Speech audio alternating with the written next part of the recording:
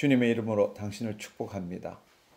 당신이 구원을 받았다면 누가 뭐래도 당신은 하나님의 자녀입니다. 설령 죄를 지었다 할지라도 그래도 당신은 하나님의 자녀입니다. 왜냐하면 당신의 본질은 지금까지 알고 있던 거짓자가 아니라 예수 그리스도 안에서 새로운 피조물이 되었기 때문입니다. 매 순간순간 당신이 누구인가를 아는 것이 바로 신앙의 본질입니다. 당신이 누구인가 알고 체험할 때부터 당신의 삶의 변화가 시작되는 것입니다. 이 1차에서는 성령님을 얼마나 알고 있나요에 대해서 함께 알아보았습니다. 언약에 기초한 구속사적 관점에서 볼 때 성령님은 단지 보혜사 성령님으로만 보이지만 하나님의 창조와 창조 목적의 관점에서 볼 때는 성령님은 삼일체 하나님 중 삼위 하나님이십니다. 즉 모든 일에 두 위격과 함께 하시는 하나님이시라는 것입니다. 오늘은 3일차입니다.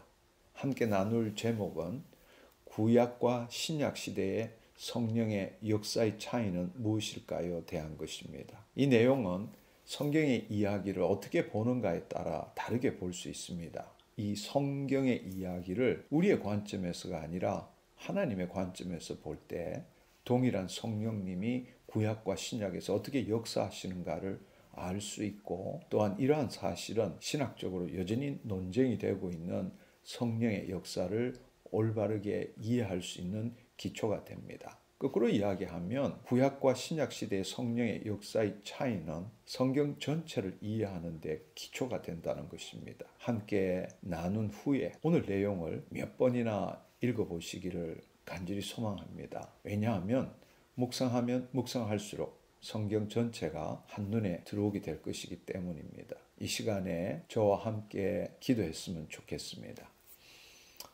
주님, 당신께서는 성경의 원저자이십니다. 수많은 사람들이 성경을 썼지만 한치의 틀림도 없이 성령께서는 각 사람에게 그 하나님의 비밀의 경륜을 쓰게 하셨습니다. 오늘 이 시간에 우리가 구약과 신약에서의 그 성령님을 알아갈 때에 이 성경의 원저자이신 성령님 우리에게 임하여 주셔서 성령님이 누구이신지, 그 구약과 신약에 있어서의 연속성과 또 불연속성이 뭔지를 깨달아 알게 하시고, 그로 말미암아 성경 전체의 이야기가 한 저자이신 성령님께서 우리를 통해서 말씀하신 것을 분명히 깨닫고 누리는 우리 모두가 되게 하여 주옵소서.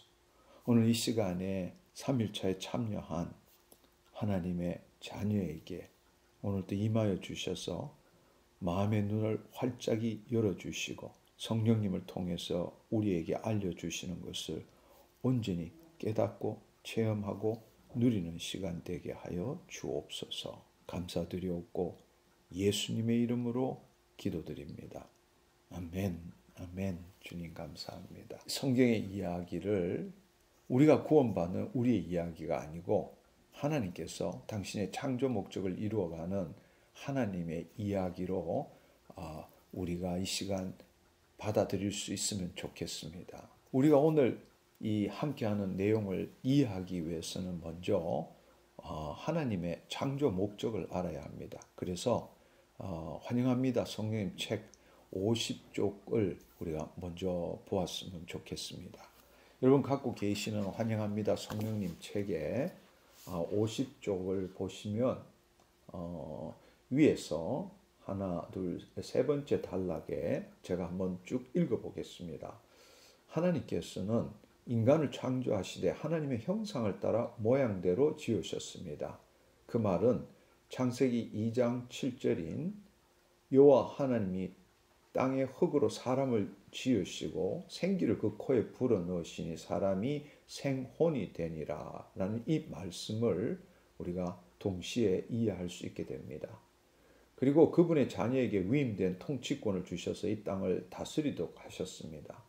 또한 아담과 하와가 생육하고 번성함으로 에덴 동산이 온 땅에 확장되기를 원하셨습니다. 그 결과 하나님께서 온 땅에 그분의 거처를 정하시고 모든 자녀들로부터 영광 받으시는 것이 하나님의 창조 목적의 완성입니다. 하지만 마귀의 시험에 속은 인간은 하나님의 말씀대로 말하는 것이 아니라 하나님의 말씀에 대한 자신의 생각을 말함으로써 하나님께 불순종했고 마귀의 말에 속아 죄를 짓게 되었습니다.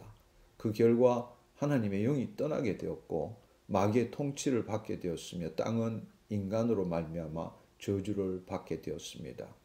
하지만 하나님께서는 그분의 창조하신 피조 세계와 자녀를 포기하신 적이 없고 그분의 창조 목적을 이루는 것도 포기하신 적이 없으십니다.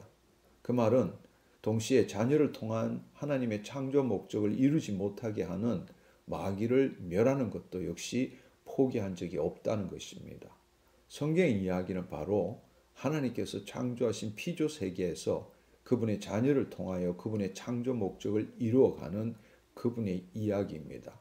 성부 하나님께서 계획하신 그 일을 성자 하나님과 성령 하나님을 통해서 어떻게 이루어 가시는지가 창세기부터 요한계시록까지 나타나 있는 것입니다. 그렇다면 하나님께서 그분의 창조 목적을 이루어 가시기 위해 하셔야 할 가장 중요한 일이 무엇일까요? 이것이 정말로 중요합니다. 바로 타락한 때 죄로 인하여 떠나셨던 하나님의 영이 다시금 그분의 자녀들에게 임하는 것입니다. 구약의 선지자들이 말한 새 언약을 한번 생각해 보십시오. 그 중에서 가장 중요한 핵심적인 구절이 에스겔서 36장 26절에서 28절의 말씀입니다.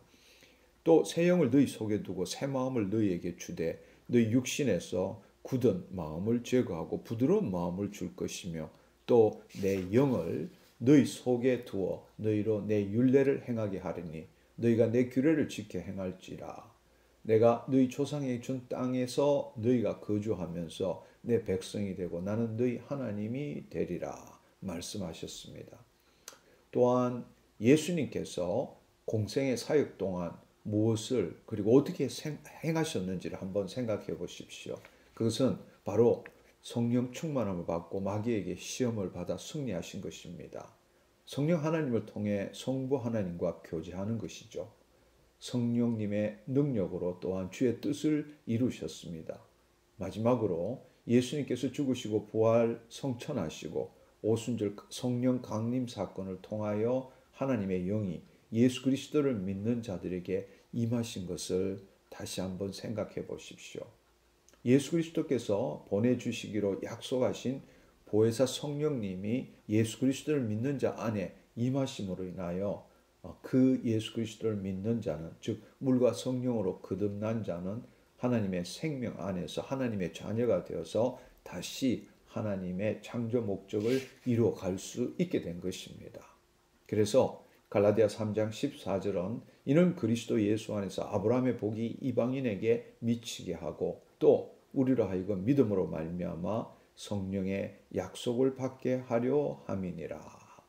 에베소서 1장 13절은 그 안에서 너희도 진리의 말씀 곧 너희의 구원의 복음을 듣고 그 안에서 또한 믿어 약속의 성령으로 인치심을 받았으니 52쪽까지입니다. 지금 들은 이 내용을 다시 한번 생각해 볼 필요가 있습니다. 왜냐하면 이 창조와 창조 목적 그리고 예수 그리스도께서 이 땅에 오신 이 이유를 우리가 분명히 알 때에 성경 전체의 내용을 우리가 알 수 있기 때문입니다. 우리가 지금 읽었던 그 내용을 통해서 우리가 몇 가지를 알아봤으면 좋겠습니다. 첫 번째로는 하나님께서 인간을 어떻게 창조하셨는지를 알 수 있습니다.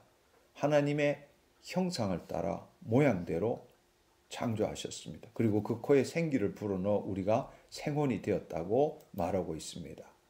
이것이 무엇을 의미하는지는 매우 중요합니다.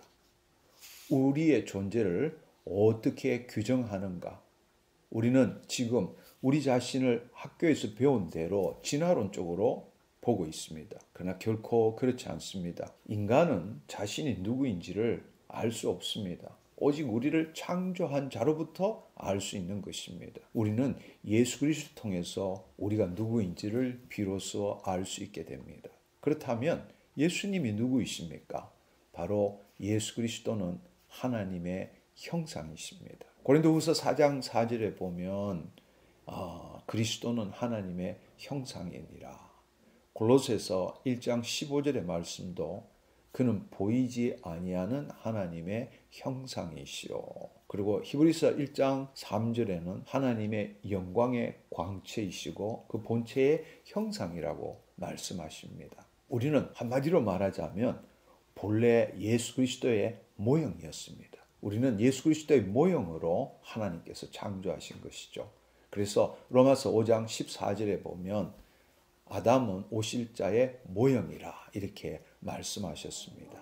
우리가 구원을 받았다는 것이 무엇을 의미하는 줄 알아야 합니다. 하나님께서 우리를 예수 그리스도 안에서 새로운 피조물로 재창조하신 겁니다. 우리가 잘 아는 것처럼 누구든지 예수 그리스도 안에 있으면 새로운 피조물이라. 이전 것은 지나갔으니 보라 새 것이 되었도다 라고 말씀하십니다. 우리는 창세기의 말씀을 통해서 타락전 우리 자신이 누구인지를 분명히 알게 되는 것입니다. 이 땅에 하나님의 현현이고 예수 그리스도의 모형으로 지음을 받은 것입니다. 결코 우리는 진화론에 의해서 하등 동물에서 인간으로 진화된 존재가 아니라는 것입니다. 두 번째로는 타락한 인간은 자유의지를 가진 혼으로 하나님을 의식하고 하나님을 나타내는 영적 존재라는 사실입니다. 세 번째로는 이 땅에 하나님을 나타내는 존재라는 것은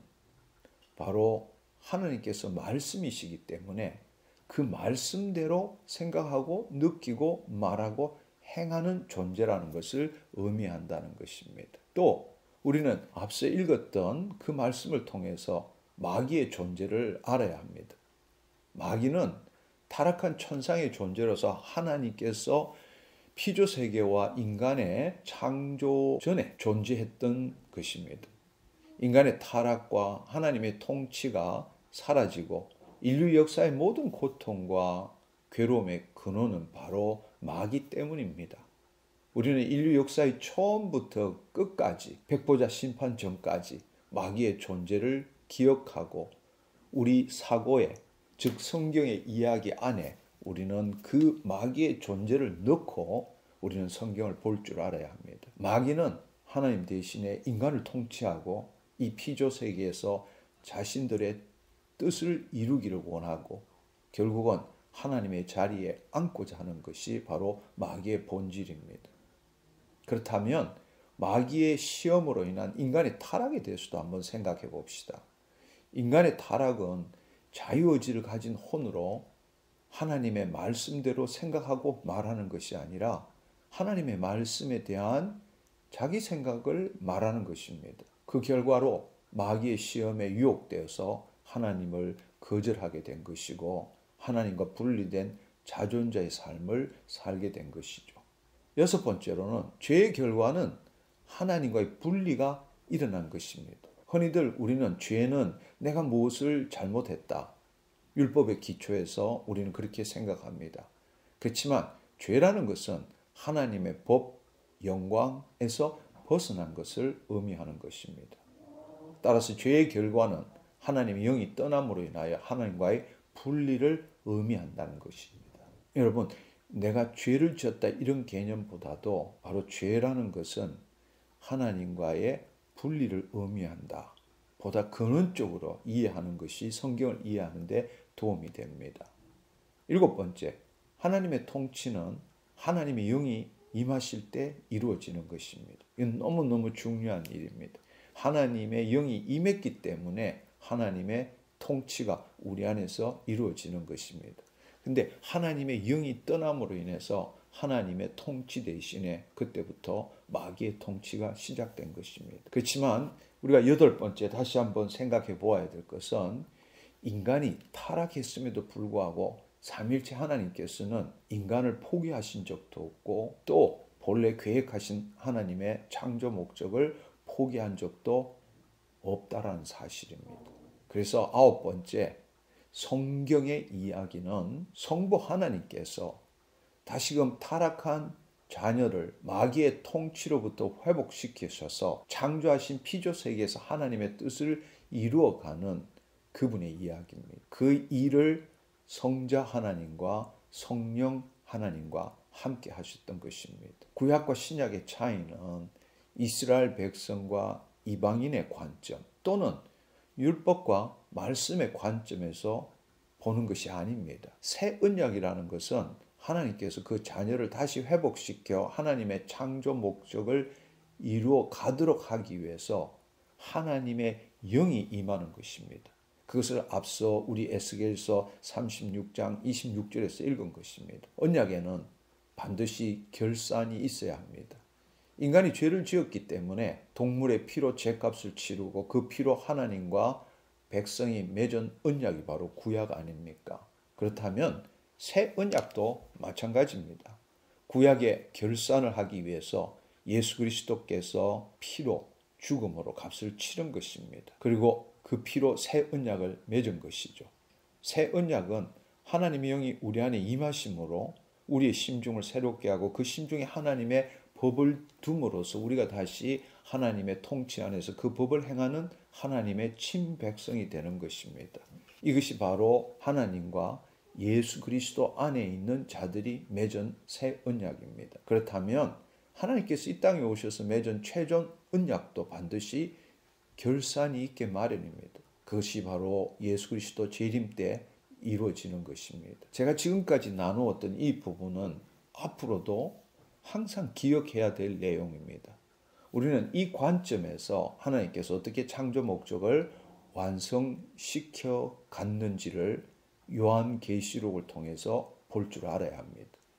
즉 성경의 이야기는 단순히 시간적인 순수로 역사적 관점에서 보는 것이 아니고 하나님의 창조와 창조 목적 그리고 그것이 완성된 요한계시록 안에서 하나님께서 주관하시는 회복, 확장, 완성의 관점에서 하나님의 행하심으로 보아야 한다는 것입니다. 성경의 모든 이야기는 바로 우리의 죄사함과 구원에 대한 이야기가 아니고 이것은 인간의 관점에서 온 피상적인 이야기입니다. 하나님의 창조와 창조 목적의 회복, 확장, 완성을 이루기 위해서 성령님을 통한 예수 그리스도 이야기로 볼 줄 알아야 합니다. 다시 한번 말씀드리지만 지금 우리가 함께 나누었던 이야기는 이 환영합니다 성령님의 모든 부분에 있어서의 기초를 이룹니다. 이것을 여러분들이 온전히 이해한다면 지금부터는 성경을 대하는 관점이 달라지게 될 것입니다. 또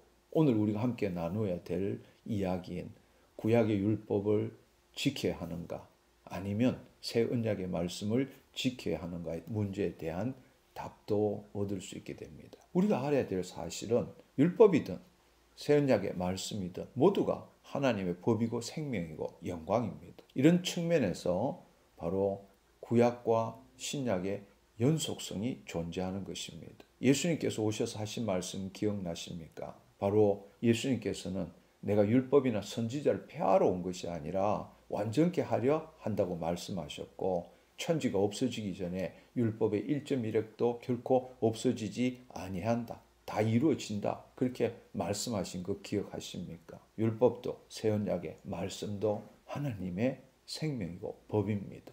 결국 제가 지금 말씀드리고자 하는 것은 구약과 신약의 차이는 율법과 말씀의 차이가 아닙니다. 그 법을 받는 즉 이루는 주체의 문제입니다. 예수 그리스도께서 이 땅에 오심으로 인하여 하나님의 영이 있는 자와 없는 자의 차이가 있게 되는 것입니다. 근데 우리는 그것을 그 하나님의 영이 임함으로 인해서 우리가 새로운 피조물이 되었는지 안 되었는지의 차이로 보는 것이 아니라 율법은 이스라엘 민족 그리고 말씀은 예수 그리스도를 믿는 이방인들 이런 차이로 보고 있다는 사실입니다. 타락 후에는 이스라엘 백성은 하나님의 영이 없던 하나님의 자녀들입니다. 그래서 하나님께서는 그 자녀들을 보호하시기 위해서 하나님이 영이 임하시지 않았을 때는 율법을 주시고 하나님이 누구이신지 죄가 뭐인지를 알게 하시고 그 율법을 지킴으로써 죄와 사망에서 벗어나도록 하신 것입니다. 그러나 우리가 알다시피 누구도 율법을 지킴으로써 어렵다함을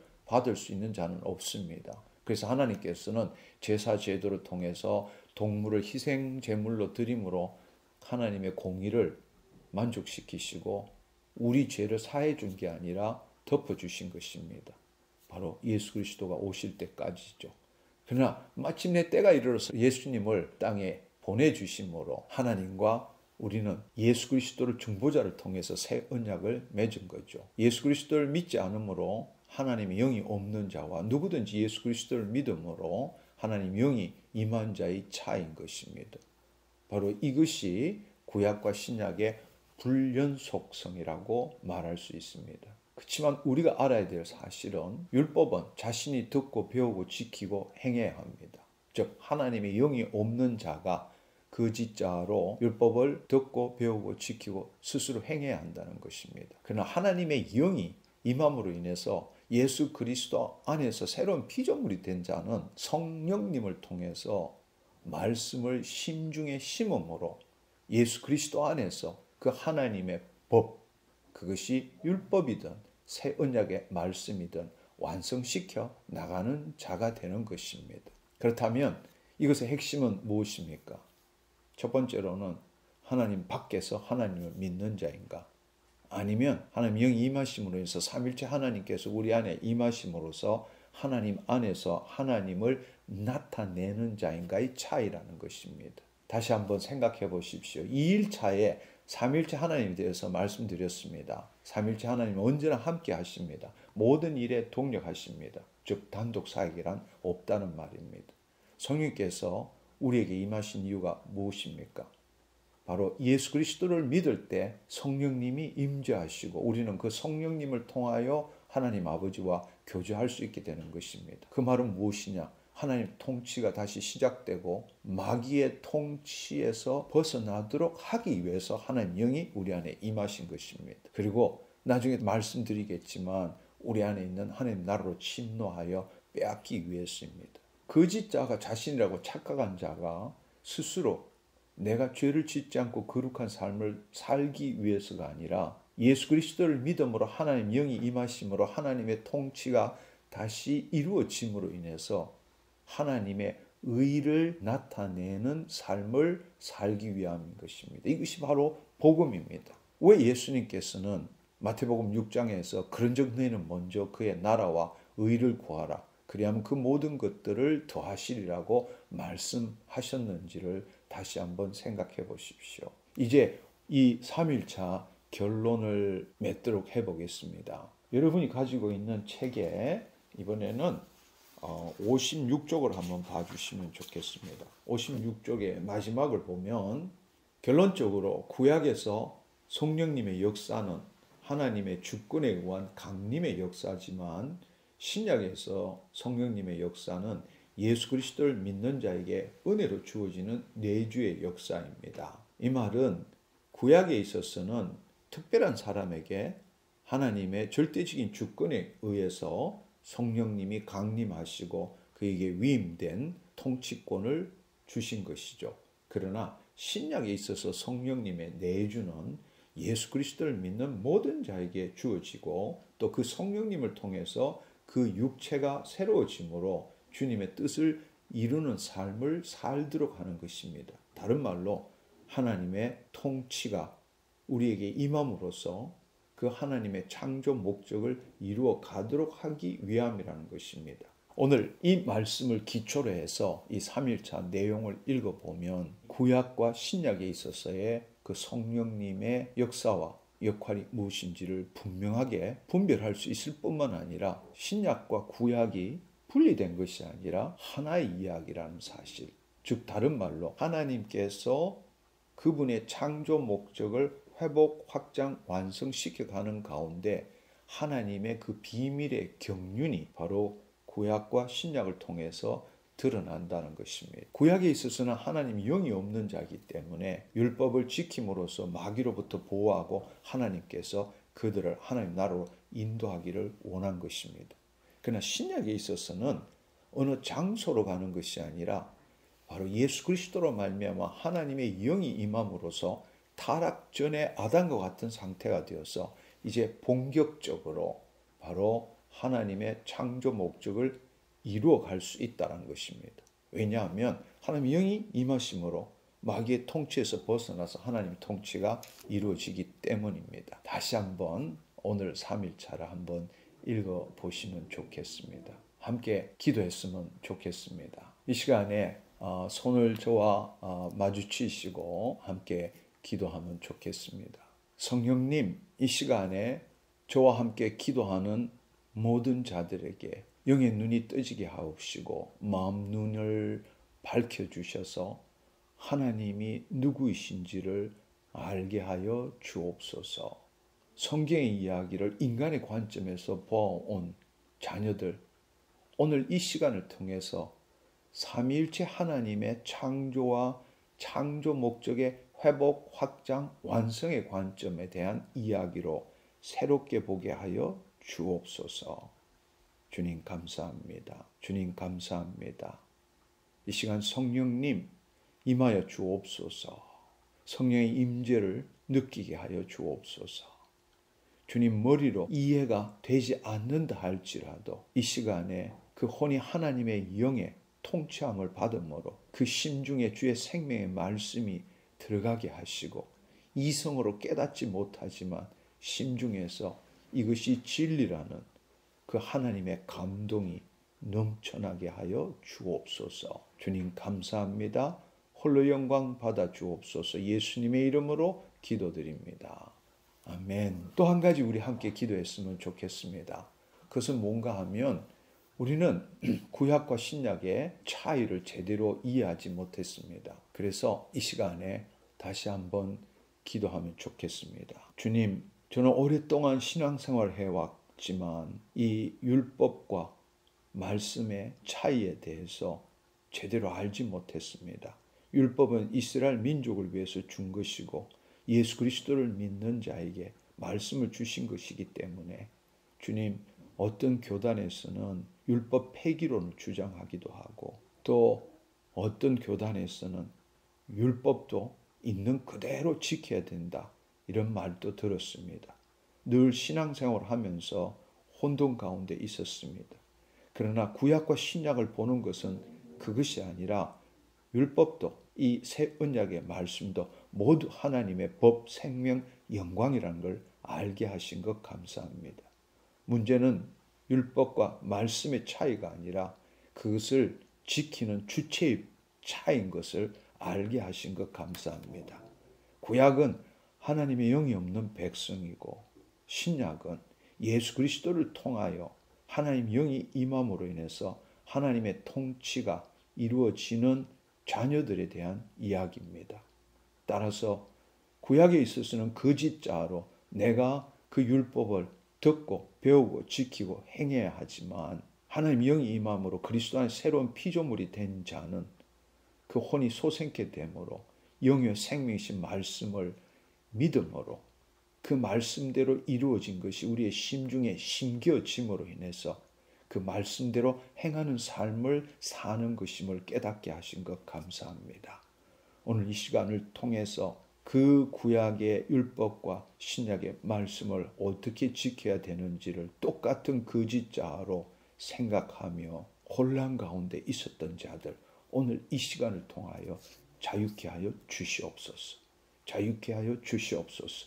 무엇보다도 하나님의 영이 임함으로 하나님의 의가 된 자들, 거짓자가 아니라 내가 누구인지 알고 그리스도 안에서 새로운 피조물로 성령 안에서 율법이든 말씀이든 보게 하여 주시옵소서.